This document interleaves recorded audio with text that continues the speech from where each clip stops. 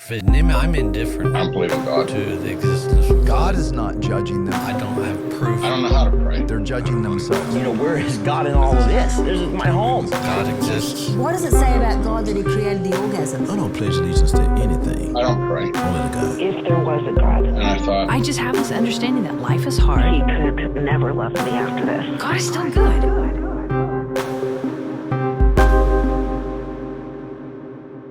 Hey there, Maybe God family. We are so glad that you're joining us today. I'm your host, Eric Huffman, and if you haven't already done so, please make sure to subscribe wherever you're watching or listening to Maybe God today so that you can easily find all of our upcoming content that's always aimed at helping hopeful skeptics and doubtful believers ask better questions about God.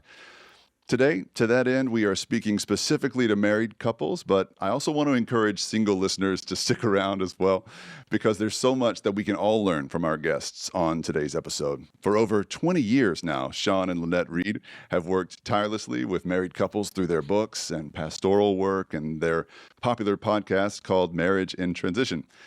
They believe that every marriage needs a vision and a mental picture of what it's supposed to be, what it's made to be by God, and they are committed to building healthy families that leave a legacy of hope and faith. Sean and Lanette live with their 3 kids, now in Dallas, I've learned, although they also get back to North Carolina quite a bit, where they serve as pastors and teachers at the Open Door Church there in South Carolina. So I just want to welcome to the Maybe God podcast, Sean and Lanette Reed. Thank you all for joining us today. Thank you so much for having us. We're excited to be here today. Yep. Yeah. So where do you live exactly, and how long has that been the case? Okay, so we live in DFW. We moved here in 2001. Yeah. We both were born and raised in St. Louis, Missouri. Okay. But we moved here in 2001, so we are now officially Texans. Yeah. Okay. And for about 3 years, we did move away and became marriage and family pastors in Greenville, North Carolina.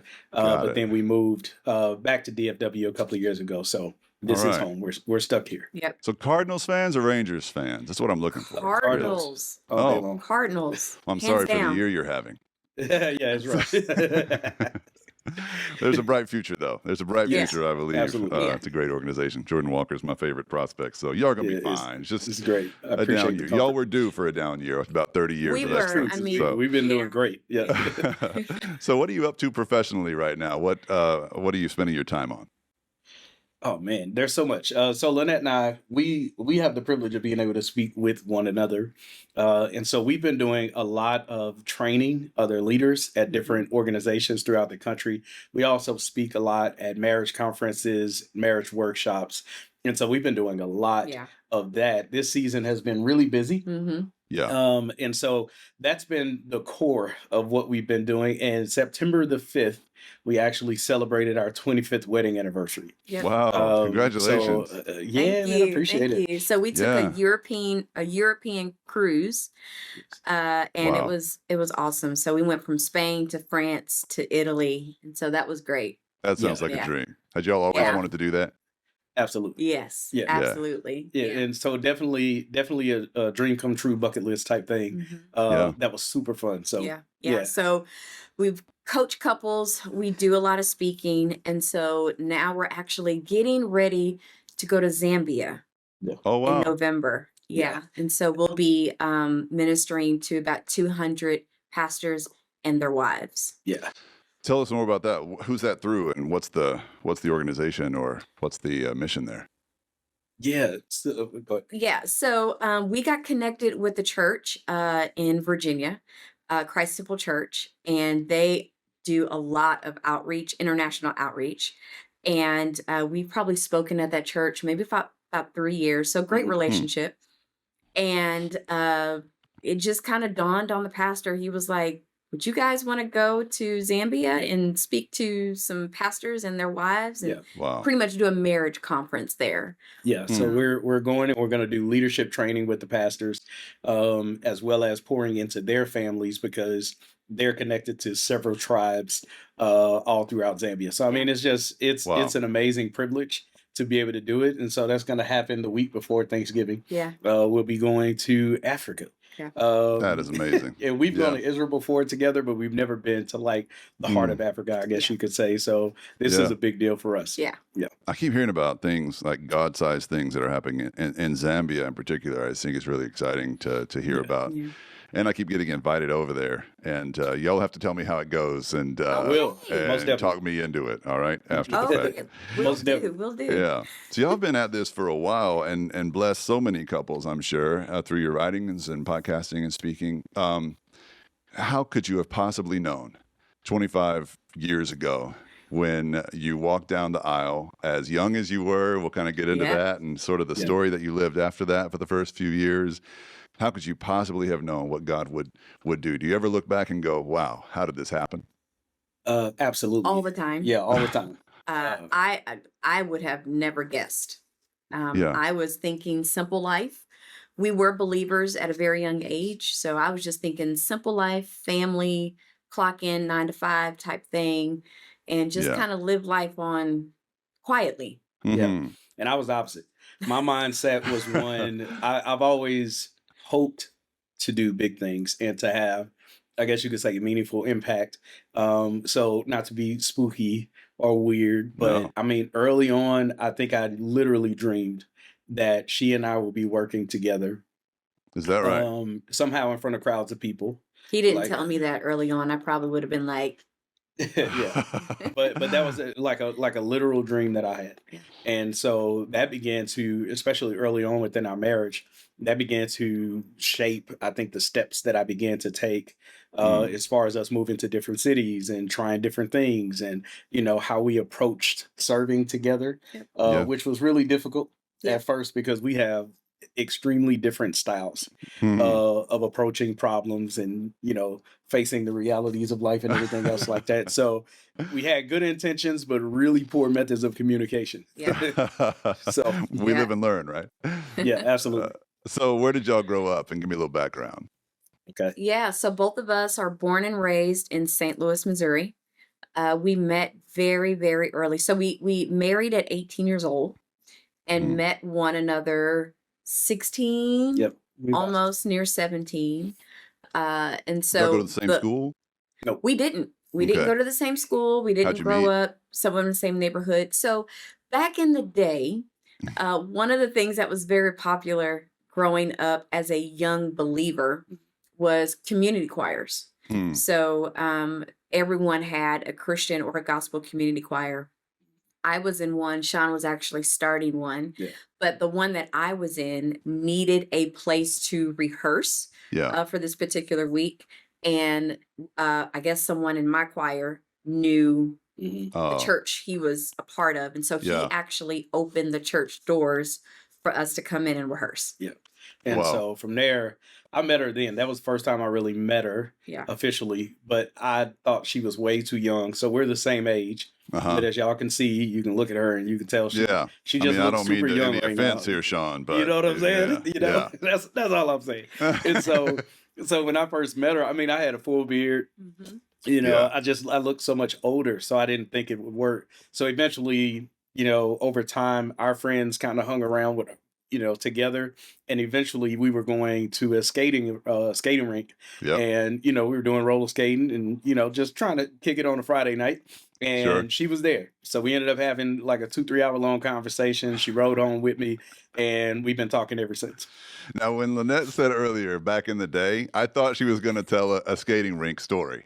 And then she told the choir story, but I'm glad we came full circle and brought the skating Absolutely. rink back. All Yeah. right. Because I think Yeah. we're about the same kind of age bracket. So Yeah. I Yeah. can Yeah. relate to romance at the rink. All right. Yes, sir. There you go. That'd be, yeah. that'd be a I great actually book. love the title, Yeah, that'd Romance actually at the be Rink. great. That was our Tinder back in the day.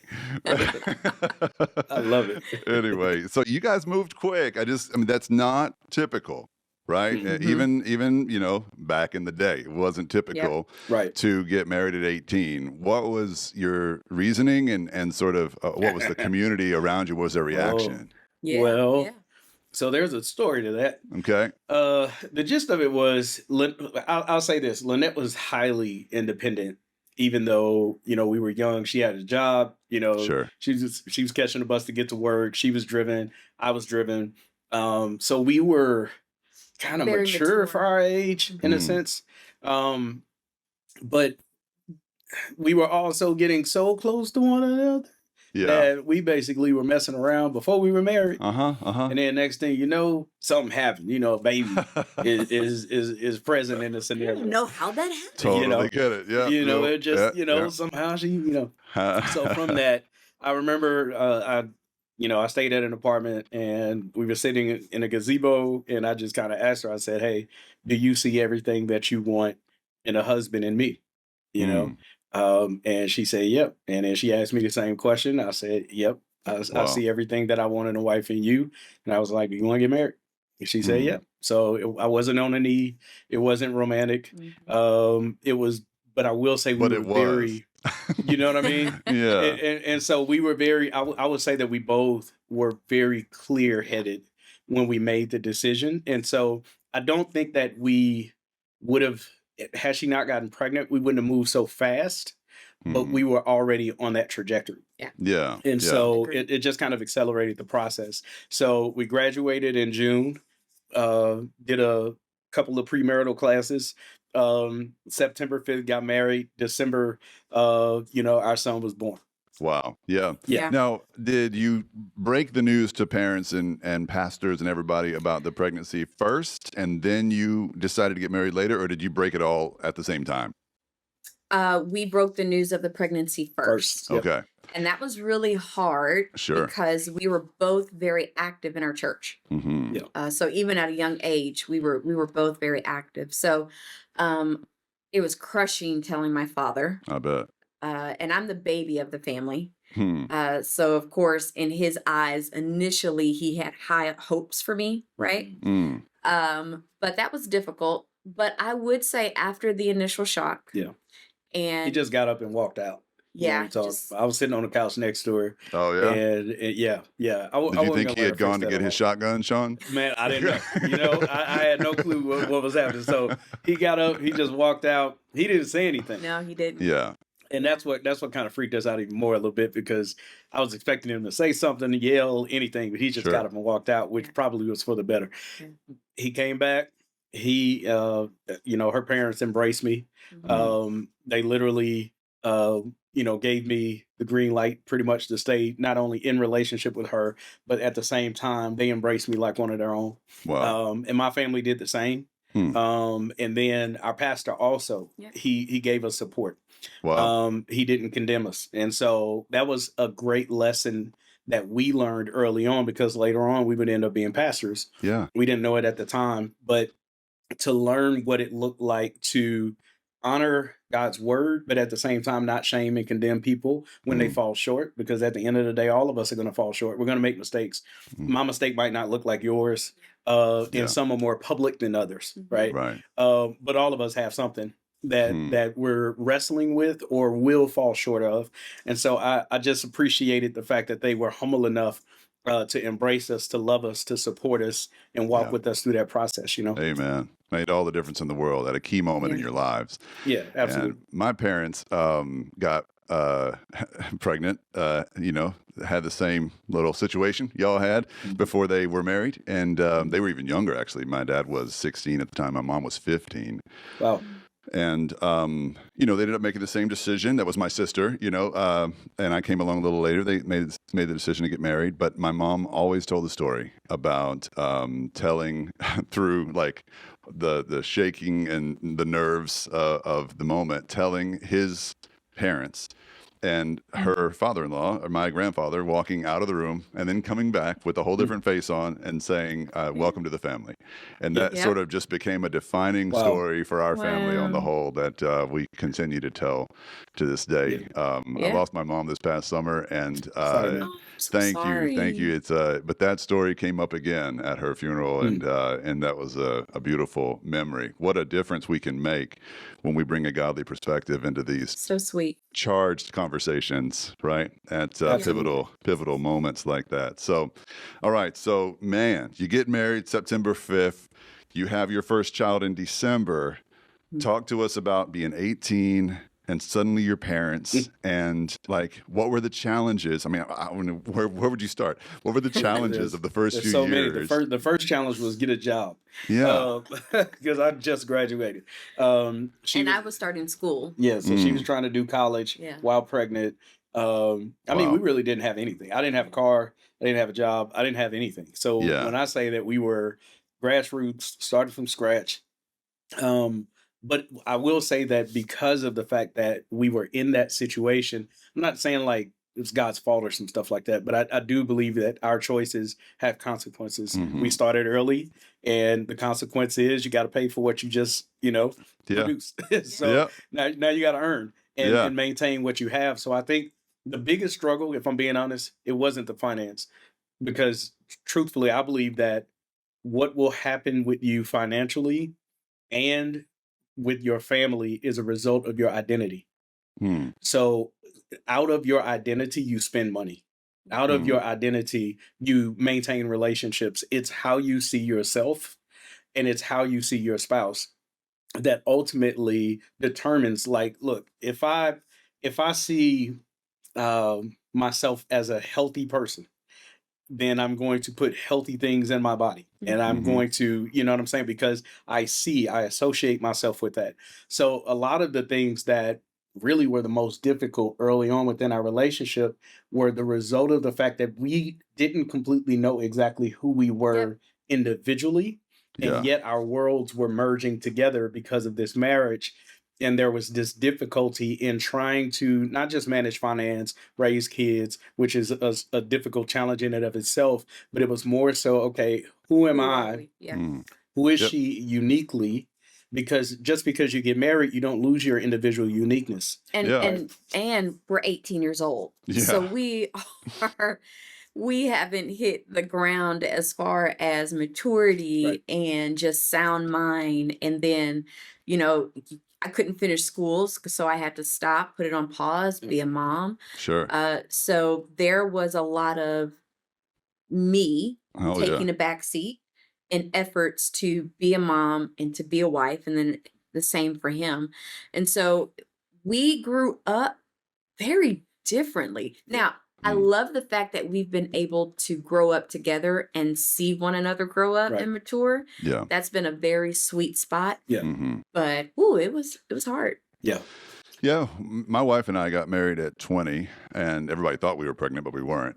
We just decided to get married at 20 in the middle of college, and the financial part. I know exactly what y'all are saying, but I didn't know it at the time. Did y'all know at the time that your problem was, well, we lack a clear identity, or Absolutely. was it? Yeah, No. right. This is like retrospect. Yes. Like, Absolutely. It's like, I was immature. At what point did you find that out? Or maybe a better question is, what price was there to pay for not knowing that? Like in the early stage, what price did your marriage pay in the early stage of your? I will say my answer to that is circling the same dysfunctional mountains. Like we were circling the same, what seemed to be coincidence or chance or bad luck was more so. We're facing now another financial situation. We're facing now the same argument. We're facing now the same challenge. Doesn't matter what job I moved to. Doesn't matter what position I had in life. Doesn't matter what city I was living in. Wherever I went, there I was. Yeah, right. And, that's right. And with that was my immaturity. With that was my pride. With that was my selfishness. And all of those things were. It's kind of like, I believe when God wants to develop you, one of the greatest ways that he develops you, and I know this is going to sound really weird to some people, it may sound controversial, because I know that some people think God develops you through trials and tribulations, but I actually don't think your external circumstances have as much bearing on who you become as much as your internal perspective. I think the lens over your heart is so much greater than how much money is in the bank or the loss of a job or something like that. And so external things ultimately cannot determine who you are. It's your own perception of yourself, God, and your spouse or your kids that really make the biggest difference in your life. So that being said, there was this, I think, God allowing my wife to become the greatest gift for stretching who I was. Yeah.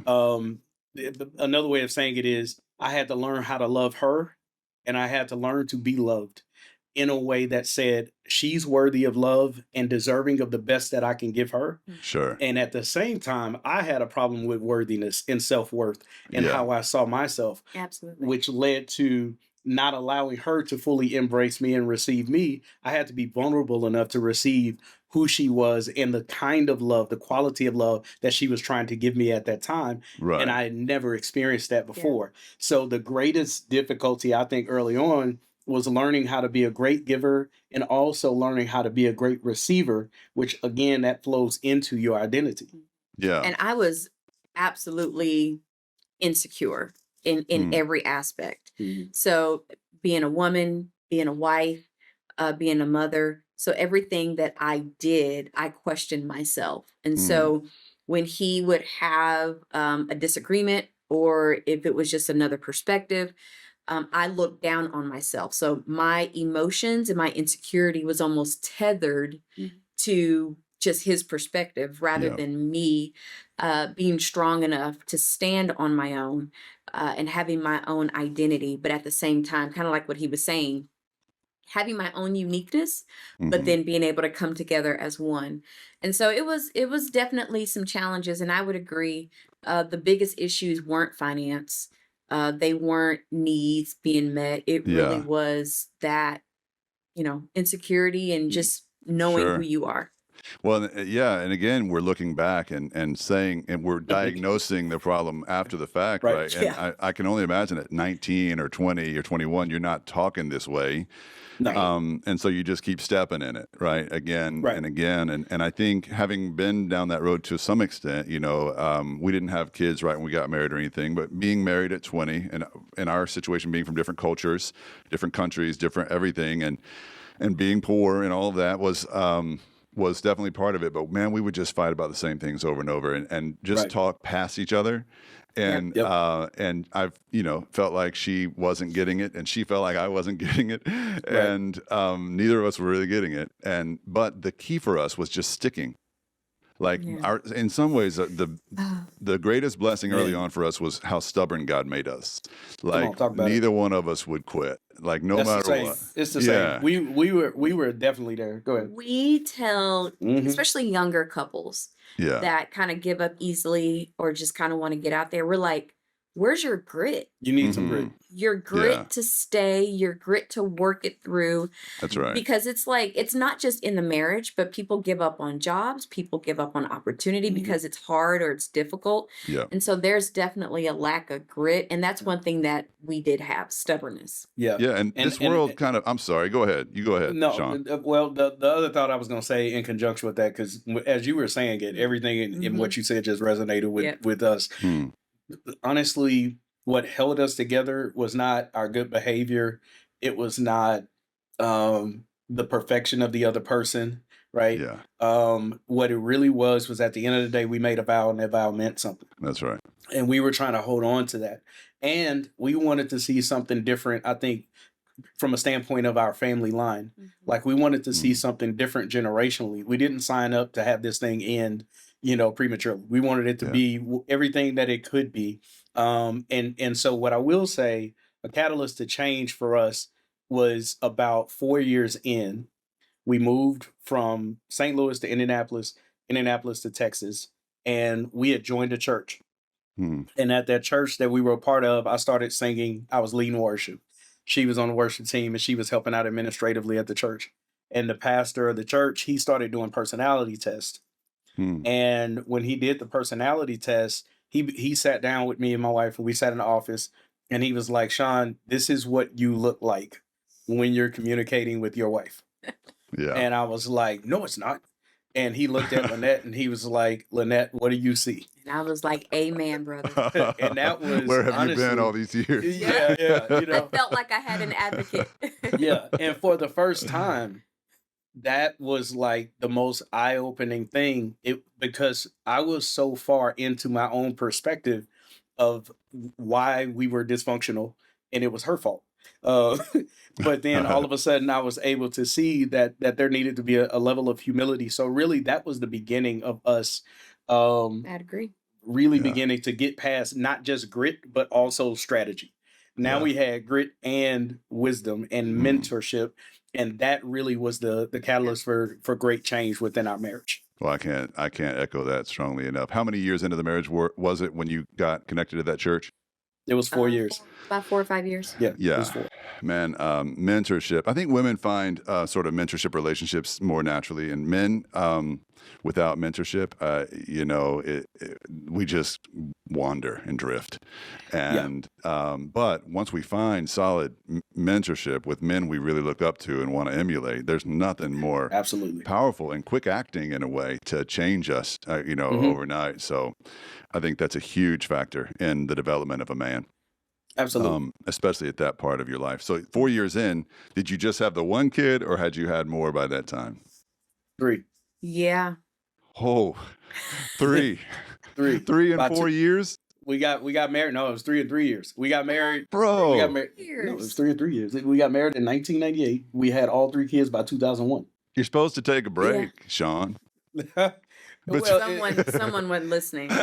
These were all accidents, man. There were no plans. After the second one, ain't no more accidents, man. That's just a mistake. Man, we weren't planning. Something just kept happening, and it just, What was it? I don't know. That's another show for another time. Yeah, exactly. So 3 kids, goodness gracious. Yes, sir. And you were involved in a church at that point. By that time in your life, had either of you sensed any kind of a clear call from God to do ministry with your lives? Oh, yeah. Yeah. Both of you? I would. Yeah. Now, I didn't know exactly what it looked like. But definitely there was a call, there was a purpose on our lives. And there was a call on our family. But yeah, I would say probably by year 2. You can go ahead and speak. I would say by year 2, Yeah. we knew that we wanted to do something. And I'd say for me, so Lanette grew up in church. Yeah. I didn't. Interesting. I didn't grow up in church at all. We would visit. My dad and my grandmother, they were Catholic, and so they would, every now and then we go to mass. And the biggest thing I remember from mass were the 12 stages of the crucifixion, pictures Stages of and the paintings cross. on the wall. Yep. Yeah, stages of the cross. Mhm. And then all of a sudden, and I remember, this is so weird, but I just remember this is so. They would serve donuts on Sunday, Uh-huh. and people would eat from the donuts and put them back in a box. It was just really What? weird. So it was so Well, like my Catholics already perception- drinking from the same cup, right? So I know, that's guess true. it's just That was the other thing that freaked me Yeah. out, bro. Yeah. At that church, literally, they would drink from the same cup, wipe the rim, Yep. and Yeah. keep on going. And like that was so. As a kid. Listen, I'm That's sure why the that was- Reformation happened. You hear me? It was so I was so freaked out by all of that I didn't go to church. Yeah. And so we kind of visited off and on, and then finally something happened. I was in high school, and then the choir director asked if because they knew I could sing, they created a gospel choir after school at our high school. And so they invited me out, and then my cousins at the same time wanted me to come and sing at their church. So really, I Okay. got brought into the church purely for the purpose of either chasing girls in the choir or just the entertainment. It was a platform to sing, and I love Yeah. to sing. Mhm. And so that's how I came into the whole experience of salvation and knowing God all together. So I was raw.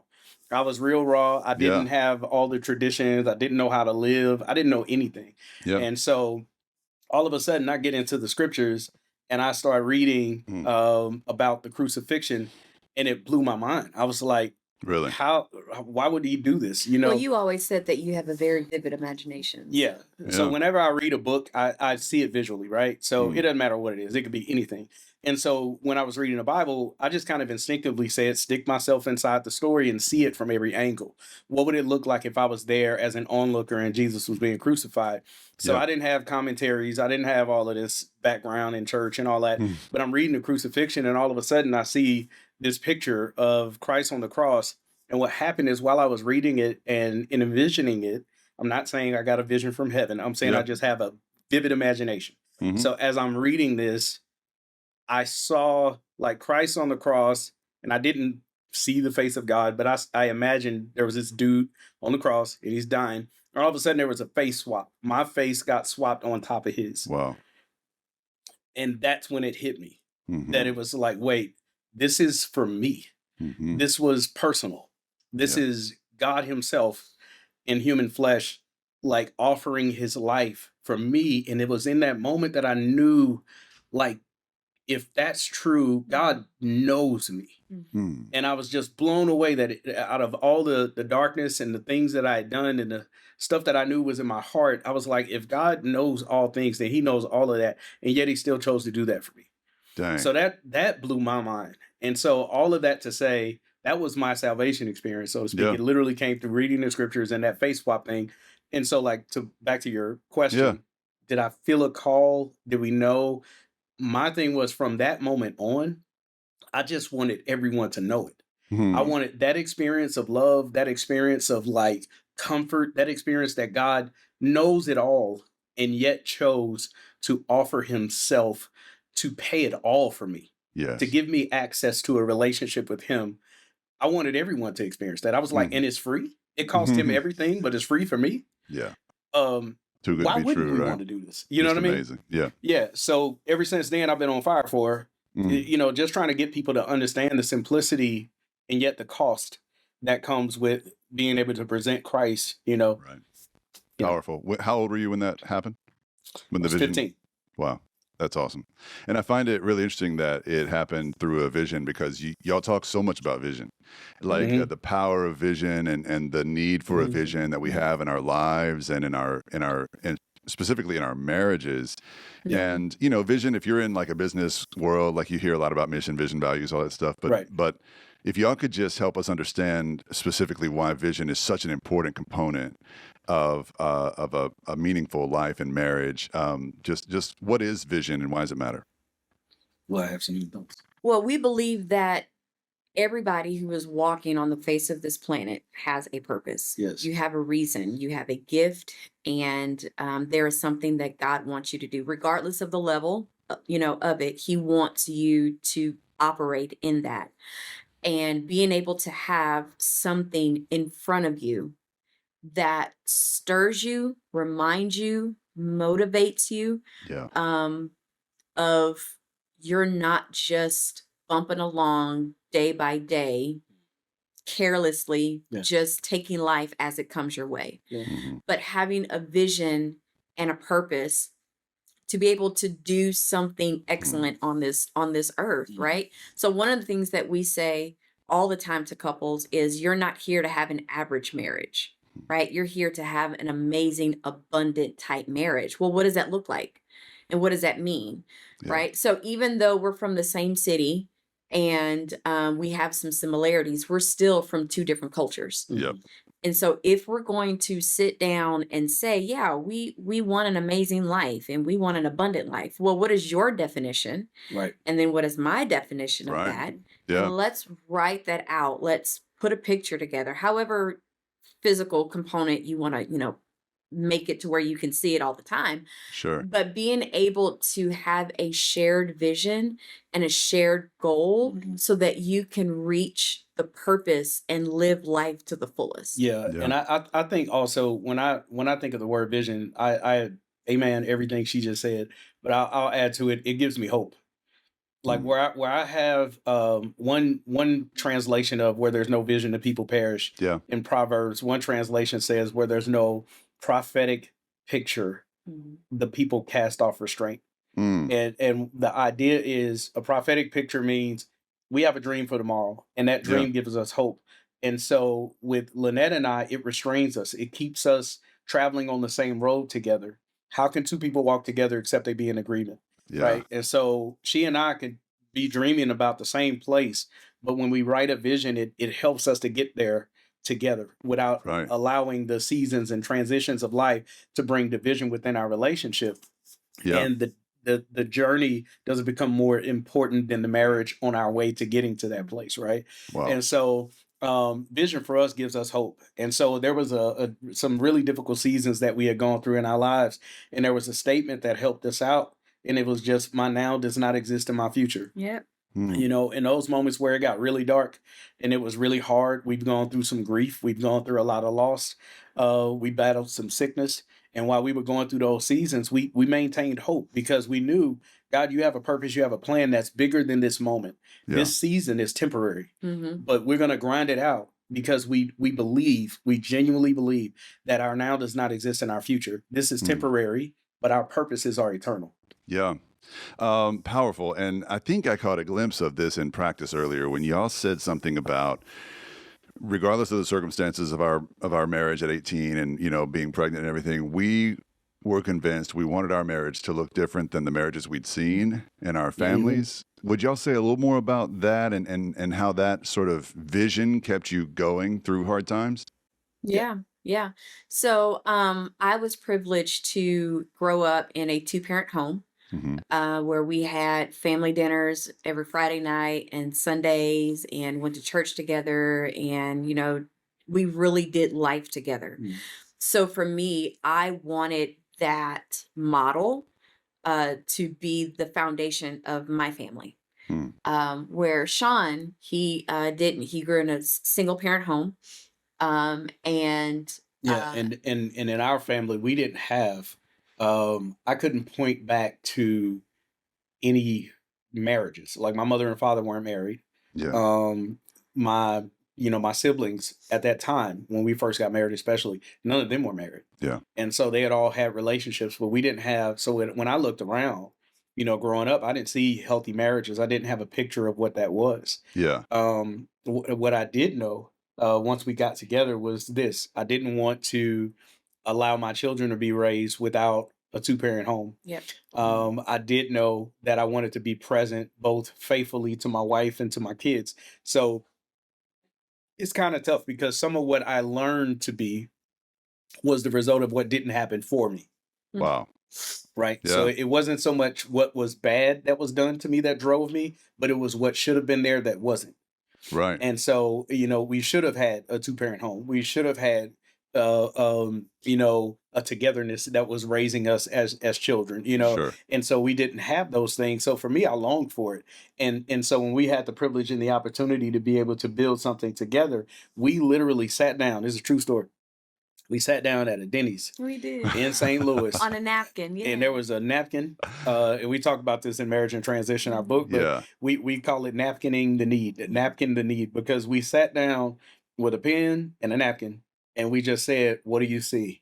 And we began to ask ourselves, well, how do you want, Yep. you know, to raise our kids? Where would you want to live? What are some of the things you're aspiring to do? And then Yeah. we talked about it and we just dreamed it out. What color kitchen do you want? I mean, we talked about everything. Yeah.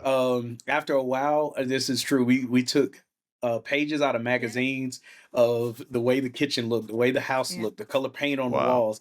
And so we had little sketch boards and poster boards of things that we wanted and that we were dreaming and envisioning for Right. our family in the future.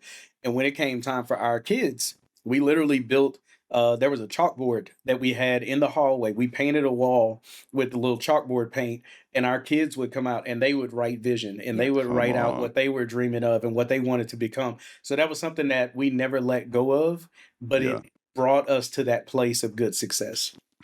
Oh, wow. That's the most productive meeting that's ever happened at a Denny's, I think, is, and I mean, it's so good because I love what you said earlier about the 2 different translations of that proverb. Without a vision, people perish is sort of the traditional King James, maybe. Right. Mhm. But the cast off restraint, I think, is the more correct translation. Like without a vision or without a mental sort of picture of the future, a prophetic picture, I think you said. Right. The people will cast off restraint. And what that means is you just lose sight of your principles. You start acting on impulse. You follow your heart or whatever, all that craziness we're saying these days. And you forget about the higher things, you Right. forget about God, you forget about the vows you've made, you forget about those sorts of things without a vision. And I just think that's such a powerful reminder. I would like to get into your book a little bit and maybe there's a transition, so to borrow a word from your book, Marriage and Transition. What is the connection between transition and vision? Because I know vision's so important to y'all in your teaching, but is it the transitional seasons in a marriage where, those are the ripe seasons for casting and capturing a vision? I think it could be both and. But the connection to me is this. What's so weird about the book, I'm just like spoiler alert for anybody Yeah. who hasn't read it. We end the last 3 chapters like literally shift to focus on having a vision for your marriage. Right. But we spend the majority of the book trying to get people to understand like what happens during the course of transitions within a marriage. The reason why we believe vision is so significant for transitions is because the transitions have a way of bringing division in marriages. And the reason why is because I either, let's say, for instance, we go through moving to a new city. Well, what happens when you move to a new city? I lose community. Yeah. I may begin to, sorry, I got a thumbs up going there. I lose community, Know where or that all of came a from. sudden, let's just say, Right for on instance, Lynette's face. I know, big old thumbs up right on Lynette's face. Yeah. She's great. But I may feel a lack of self-esteem. I may lose my footing. So all of a sudden, I see myself differently. Yeah. And if something happens to where my spouse doesn't give me a certain level of support or understanding or empathy while I'm going through this difficult situation, now I start to see them differently. Yes. And so all of a sudden, transitions test our togetherness. So there's this moment where now I need to know that I'm not alone while I'm facing this season of change. Yep. And sometimes what we find is that couples are both experiencing the transition, but differently. And so as that's taking place, what ends up happening is we've drifted. We're kind of orbiting away from one another. But a vision is that thing that actually keeps you focused and keeps you maintaining, I think, a sense of empathy and compassion and connection. And so when we talk about vision, it's not just, I want to make it real practical. So on the one hand, it is this really big picture, like, hey, we want to have 2.5 kids and a dog and a white picket fence and a house. You know what I mean? So on the one hand, it is that. But then on the other hand, it's very practical in the sense that Lanette and I have said within our vision, here's how often we're going to meet together to discuss finance. Here's how frequently we're going to take vacations. Here's how frequent every year, at the end of the year, we're going to do a vision retreat. Every month, we're going to make sure that we go and sit with our mentors. So we've set our lives up on a schedule because we know that in order for us to achieve a certain level of health, we need to do these checks and balances on our own life. So a vision becomes really practical. So let's just say, for instance, you do go through a difficult season that affects either one of us negatively or positively. It doesn't matter. That setup system pulls us back together again to where we never allow the negative circumstance to become the negative narrative that's driving how I interpret my spouse. Wow. Well, I love the idea that transitions test our togetherness. That stuck with me as I read and as I heard you just now. What other kinds of transitions do couples go through in marriage, right? So you mentioned moving one city to another, but what are some of the major transitions? So here's the thing. In the book, we talk about all transitions. So kind of like what he was saying, transitions test your togetherness. That's not negative transitions, but it's also positive. So it can be first kid. It can be the birth of the second kid. It could be the change of a job. It could be dealing with health issues or dealing with aging parents, all the way to dealing with libido changes and retirement. It is all transitions will have this effect. Yeah, it's almost like we're always in some kind of stage of transition, right? But I just loved the specificity of the vision God gave you for this book. I mean, you see marriage books all the time, but to think about marriage as a series of transitions and, approaching it from that angle is I felt like it was inspired. It was inspired because we were going through transitions, and we didn't. I'll say it like this: I never had premarital coaching or even my mentors. I mean, they were amazing walking us through the transitions, but I never had anyone say before I was in one, like, "Hey, this is what happens when you go through an earthquake. This is what happens when, and God forbid it's something, miscarriages or different things Sure. of that nature, the death of a loved one. Like these things are real. And Yeah. so as your spouse is grieving, they're going to grieve differently than you. As one spouse is dealing with hormonal imbalances, the other person is just like, hey, I still have needs over here, Mhm. So the relationship is struggling a lot of times due to a lack of empathy and really, really, really poor habits or routines of communication. Right. And so what Lynette and I, we were going through some really difficult seasons. And one day, uh, we were having a conversation. I remember it. We were sitting on our little loft on the second floor, looking out the window, and I was telling Annette, I was like, I think I'm holding to something. We were dealing with this not too long ago, a Mm. similar situation, and I thought we were past it, but it was like there was a residual belief that I had about her and ourselves that was unhealthy that came as a result of the last time we faced something similar to this. Right. So all of a sudden, again, here it is, identity Yeah. determines the behavior that we're going to live out of, or another way of saying it is our beliefs will drive our behaviors. And Mhm. if I believe negatively about my spouse or my circumstances, about God, whatever, then my behavior is going to follow what that belief is. And so that's when we sat down, we ended up talking for a couple of hours, and it was like after we kind of adjusted and adapted and tweaked how we would then communicate the next time we would face a trial or tribulation, that's when we say, you know what, I think there's something more to this, Right. Yeah. That's awesome. And I think that's so needed because I think most people experience it the way you have, which is like your mentors or your family doesn't prepare you for the earthquake before the earthquake. Everybody just waits for the ground to start shaking and then they Yeah. tell you what to do.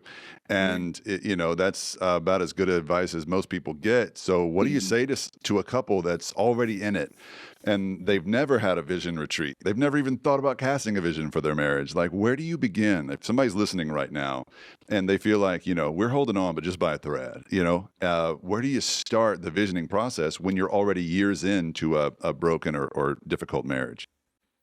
Yeah. So I have a lot to say to that. You want to? Go ahead. You want to dive in? Okay. All right. So I think where it starts is a person may have to identify if they have gone through little t or big T trauma.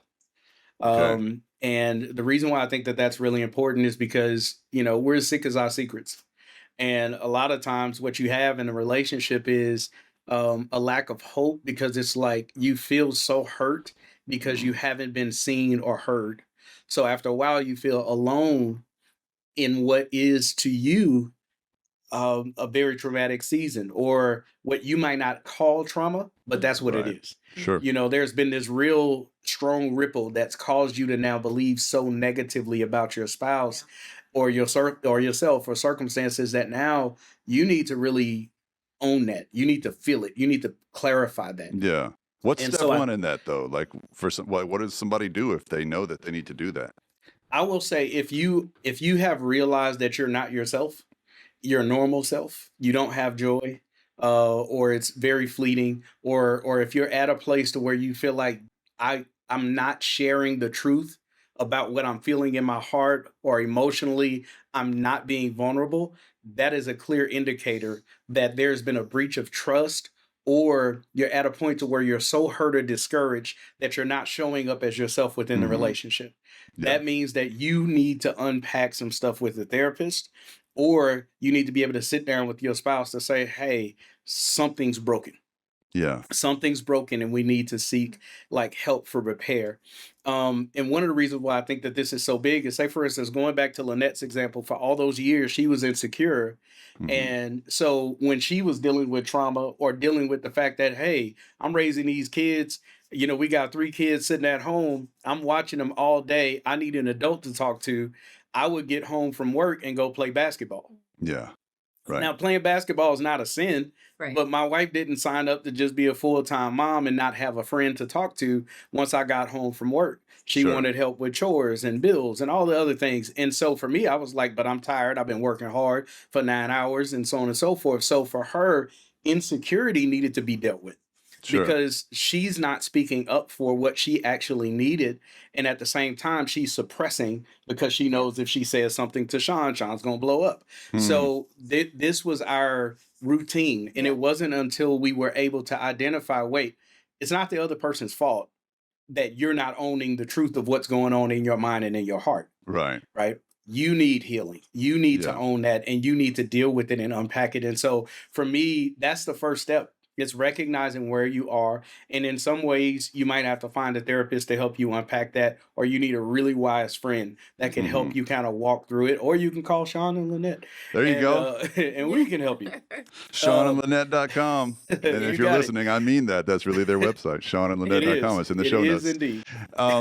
You know, I think what you're describing is in a sense could be summed up as like learning how to talk better, and men especially. I think you know, Sean, I don't want to read into your situation, and I could say it for myself.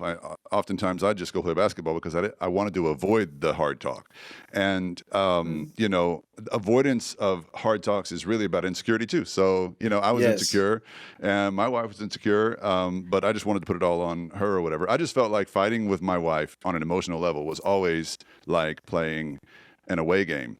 You know, like in sports, like when you're playing in someone else's home field, you know, it's like I am at a disadvantage here. She's better at this than me, and I'm going to lose. Like that's how it felt.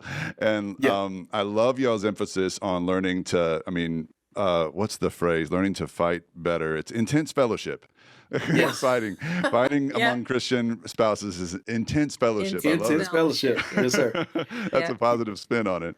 But where does that process begin? What do y'all tell couples that are struggling with that? The marriage tune-up. Yeah, that's definitely the marriage tune-up. What's that? So, you know, on average, I can't remember the statistic, but on average, couples only spend maybe It's like 26 minutes a week. 26 minutes a week talking to one another. Not necessarily like you go to the grocery store and you pick up Timmy, Right. but like actually face to face, heart to heart talk. Meaningful conversation. 26 minutes a week. And That's so brutal. we encourage couples to set aside time once a week to have meaningful conversation. What's on your heart? What's bothering you? What types of things do you want to do or enjoy? But really sitting down, most couples call it pillow talk.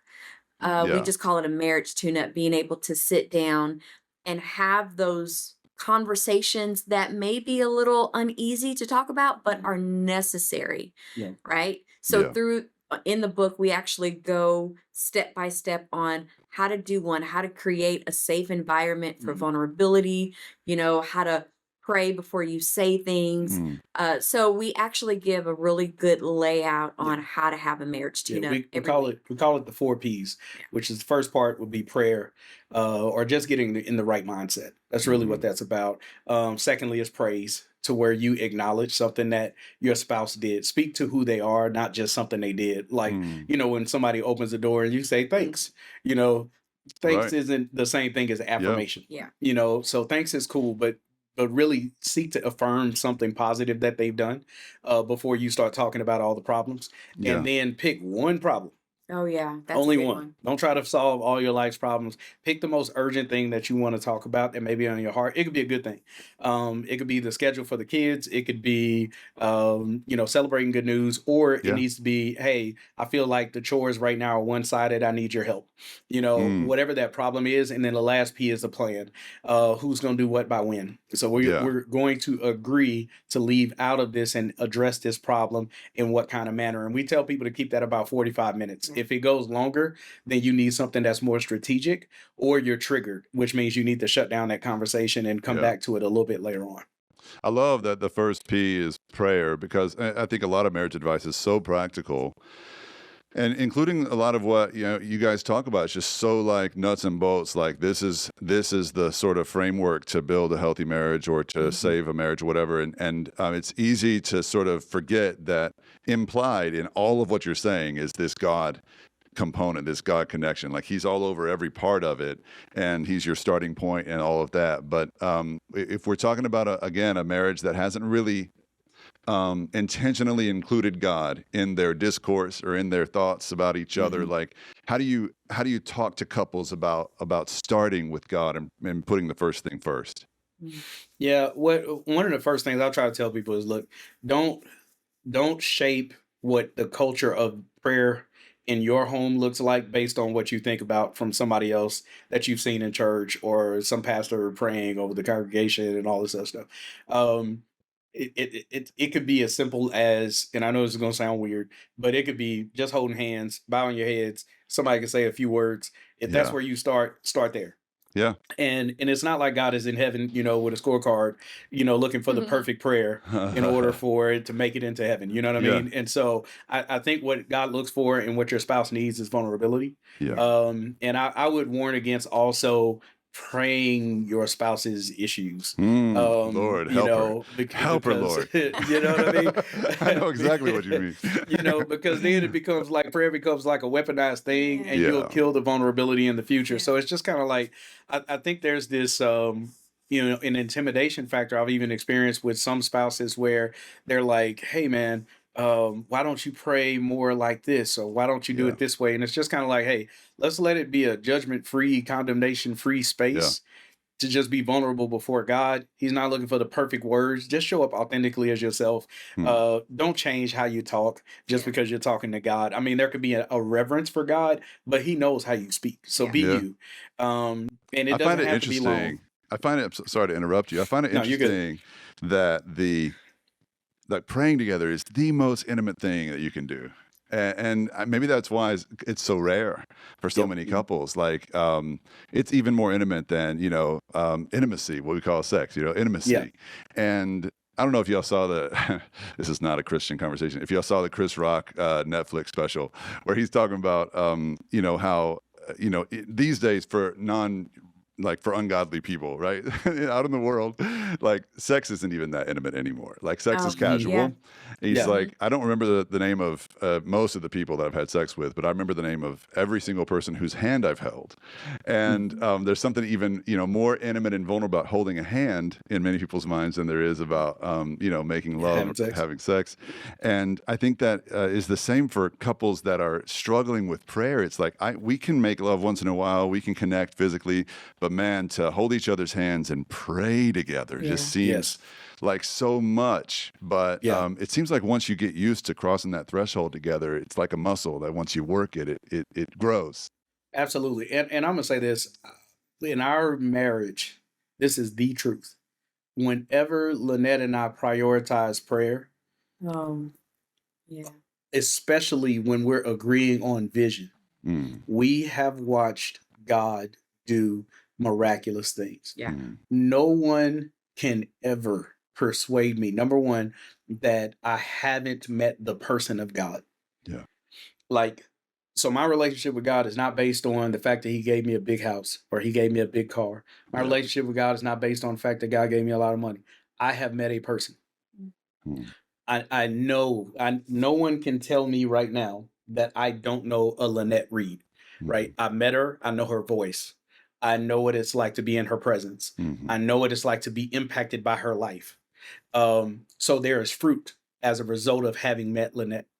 I know that there is fruit as a result of having met my Lord and Savior, right? My life has been changed, and it's changed for the better. One of the other additional things that I would say that I feel like is just a hallmark of the fruitfulness of the relationship of us with God has been, as Lanette and I humble ourselves and pray together, it's like God is like, okay, give me whatever fragments you have, and I'm gonna make a masterpiece out of it. Yeah. Give me your brokenness, and I'll give you something that's beautiful. And every time we've done that, God has given us breakthrough after breakthrough. He's been so faithful in our lives. So going back to the beginning of the conversation, you like, could you imagine that you would be here? There are parts of it that I saw, but I didn't get the whole story. God has breathed on our lives so much so that generational legacy has been born in our marriage. Our kids are successful and thriving because they have a relationship with him. They love one another. And it's the extra that God has like put on top of us being married. It's like a sweetness that's hard to explain. Wow.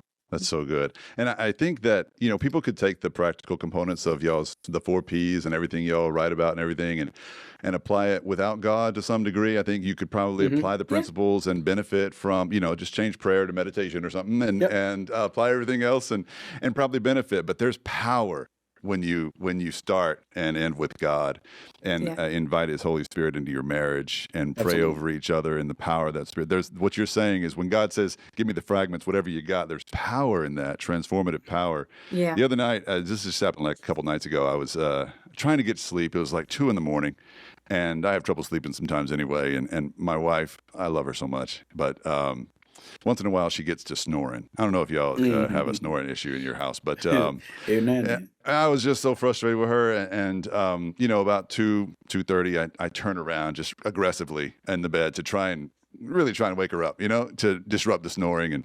And that sweetheart of a woman, like she does sort of awaken with my jolt. And she proceeds to just reach over and lay her hand on my shoulder. And this woman just prayed, and I didn't know no words or anything, but I know her heart, right? I know her voice. She didn't have to talk. I just know her voice, and if I were her, I would be reaching over to slap me or something. But but she was reaching over and just laid her hand on my shoulder, and she prayed until she went back to sleep, and then I went to sleep peacefully. And it's just the power of God in a marriage. Oh, sweet. When everything else is turned upside down and the ground beneath your feet is shaking, and another transition comes your way, when you start this vision process with God and trust Him through it, man, there's such power in that. Absolutely. And I see that in y'all's work, and I'm just so grateful, not only for what He's done in your lives, but what He's doing in many lives through yours. Yeah. So I'm curious, when amazing. your kids turned 18, did it hit you as just odd, like y'all were that age when you got married, like when it's your babies, you know what I mean, like. Oh, absolutely. Yeah, we tell them all the time, by your age, I was married with 2 kids or 3 kids. Or... Are any of them now, married yet? Not yet. We do have one getting married on New Year's Eve this year. Yeah. Do they come to y'all for marriage advice? They do, but we definitely want to respect them and their future fiance or whatever. And so we have some great friends and relationship. We've built some amazing relationships with other marriage coaches or pastors. And so we kind of pass the baton. Yeah. Okay. Yeah. So we're like mentors to them. Yeah. And friends. So our relationship has evolved from that hard, discipline teacher parenting mode. Yeah. And we're still parents, but we're more mentors, friends, and we delegate the coaching. Yeah. Before, I know we're a little over time, and I'm sorry about that. One more question, if I could, for folks that are listening that aren't married, along those lines of what you tell someone you love who's not married and maybe they want to be married. What do you tell your kids about what to look for or not to look for in a potential spouse or a potential partner? Buddy, that's a whole other podcast. Yeah. Here's Give us what the 90-second version. We'll come back on another show later. I'll give you the 90 seconds. So 2 things that I would say. Number 1, do they make you laugh? I've told my son this. I told my daughters, do they make you laugh? If you don't experience joy, then it's probably not. It's going to drain you later on. The second thing that I tell them is if you're having to adjust who you are, not in the sense of being a sacrificing servant, but if you're having to suppress who you are you allowed to be you? Yes. That's what if you can't be you freely, then you're squeezing yourself into a mold of something they want to make you to be. And that's not a safe environment. A safe environment is where you could be like Adam and Eve in the garden, where they were naked and not ashamed. And so if I feel that I need to squeeze myself down or build myself up to stay in this relationship, then it's not healthy because I'm not being able to show up authentically. Wow. That's what I was going to say is, do you have room to be you, and are you fully accepted? So very simple. Wow. Well, I got about 100 follow-up questions, but we'll have to leave it there for now. Y'all are awesome. We'll come back. Yeah, I hope you will. And I want everybody to be able to find your work. So you mentioned your website, seanandlanette.com. We'll put that in the show notes for if anybody's struggling with spelling or anything. Seanandlanette.com. Their book is called Marriage in Transition. It was released in 2021. I'm assuming that can be found anywhere books are sold, pretty much, Correct. online? You can get them. Yeah, you can get them anywhere online. Amazon. Yeah, All the things. absolutely. And Great. and just in case anybody's out there and hey, you need marriage coaching, we also do marriage intensives where we Wow. sit with couples for 8 hours to 16 hours, and we literally walk them through a process of rebuilding communication, learning how to do marriage God's way. Wow. Honestly, that's what it is. It's a game changer. So, Yeah. Can I just send my wife? And I'm good. I feel like I'm good. But she's. no. Both of y'all got to be present. You both got to be present. I'm just kidding. All right. And I know y'all are involved with XO marriage as well. So can y'all tell us a little bit more about your involvement with them before we wrap? Yeah. So with XO Marriage, we are speakers. The book was actually published through them. And Sean and I do a lot of training with the staff here.